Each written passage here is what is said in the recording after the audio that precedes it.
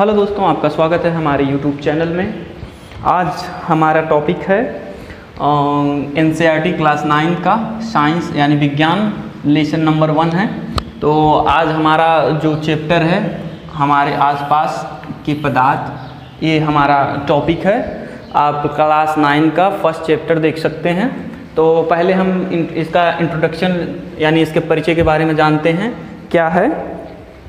तो इंट्रोडक्शन यानी परिचय, हमारे चारों ओर जो कुछ भी स्थान घिरता है, जिसका द्रव्यमान होता है, उसे पदार्थ कहते हैं। जैसे किसी ने पूछा पदार्थ किसे कहते हैं यानी मैटर किसे कहते हैं, तो आप कह सकते हैं हमारे चारों ओर जो कुछ भी स्थान घेरता है। जैसे मान लीजिए कोई डस्टर ही है, ठीक है, तो उसे अब रखेंगे तो देखिए उसका जो आकार आयतन है, आकार है, क्या है, निश्चित होता है। ठीक है, पदार्थ की 3 अवस्थाओं में पाया जाता है। जो पदार्थ होता है यानी मैटर होता है, उसकी 3 अवस्थाएं होती हैं। फर्स्ट अवस्था होती है ठोस यानी सॉलिड, ठीक है, इसके कण क्या होते हैं, पास पास होते हैं, ठीक। फिर सेकंड है द्रव यानी लिक्विड फॉर्म में होता है। थर्ड में है गैस, ये भी है गैस यानी गैस में है, ठीक है। तो हम पहला टॉपिक क्लियर कर लेते हैं, ठोस किसे कहते हैं, ठीक है।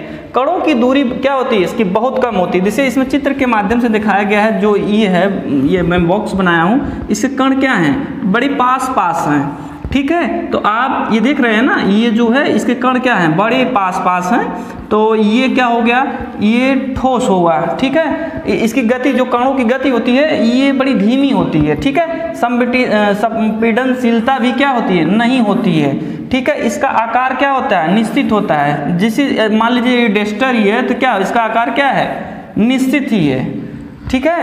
तो अब हमारा सेकंड है, देखिए द्रव्यमान यानी लिक्विड में क्या होता है, लिक्विड फॉर्म में इसकी दूरी क्या होती है, मध्यम होती है, थोड़ा दूर होती है, ठीक है। देखिए कितनी दूरी पे हैं, ठीक है।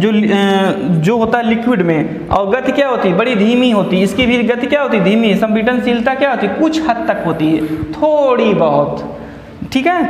अब देखिए गैस यानी गैस, देखिए गैस में जो कण हैं क्या होते हैं, वो दूर होते हैं। इसकी दूरी क्या होती है, अधिक होती है। गति क्या होती है इसकी भी गति क्या होती है, बड़ी धीमी होती है। संपीडनशीलता क्या होती है, बड़ी अत्यधिक होती है। जैसे लिक्विड फॉर्म में CNG होती है, देखिए जब बाहर रखेंगे तो अब गैस क्या होगी, बाहर निकलती है। इसका आकार आयतन क्या होता है, अनिश्चित होता है, ठीक है। किसका, गैस का, ठीक है।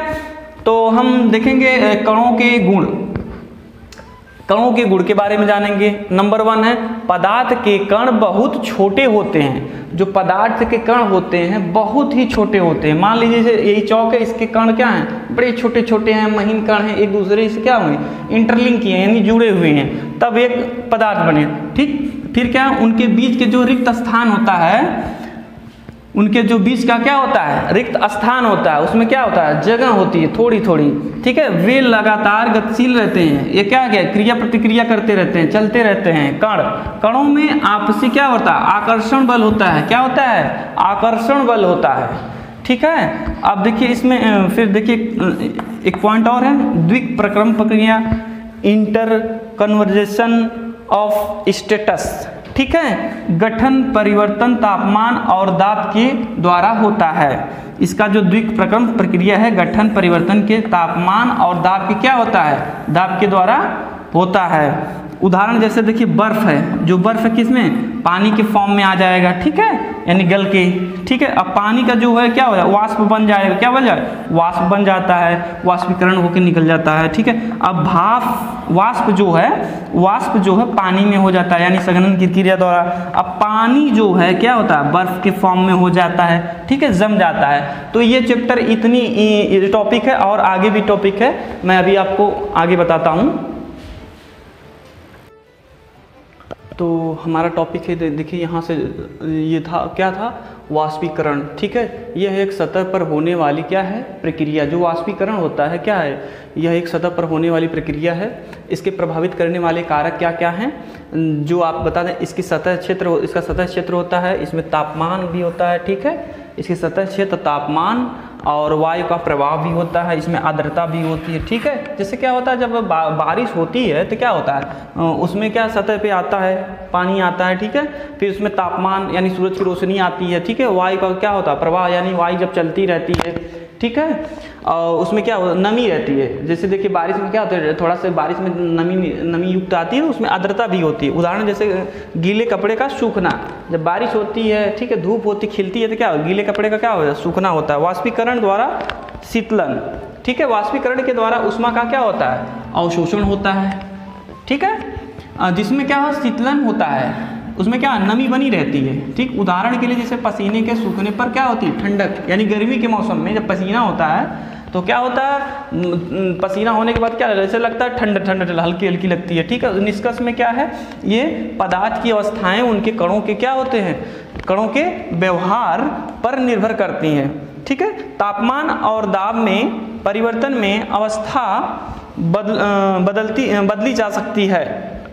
वाष्पीकरण दैनिक जीवन में भी उपयोगी होता है। तो ये आपका लेसन यहीं पर समाप्त हुआ। आप सबका ढेर सारा प्यार मिले तो हम आगे टॉपिक को और लेसन बाई लेसन पढ़ाने की कोशिश करेंगे।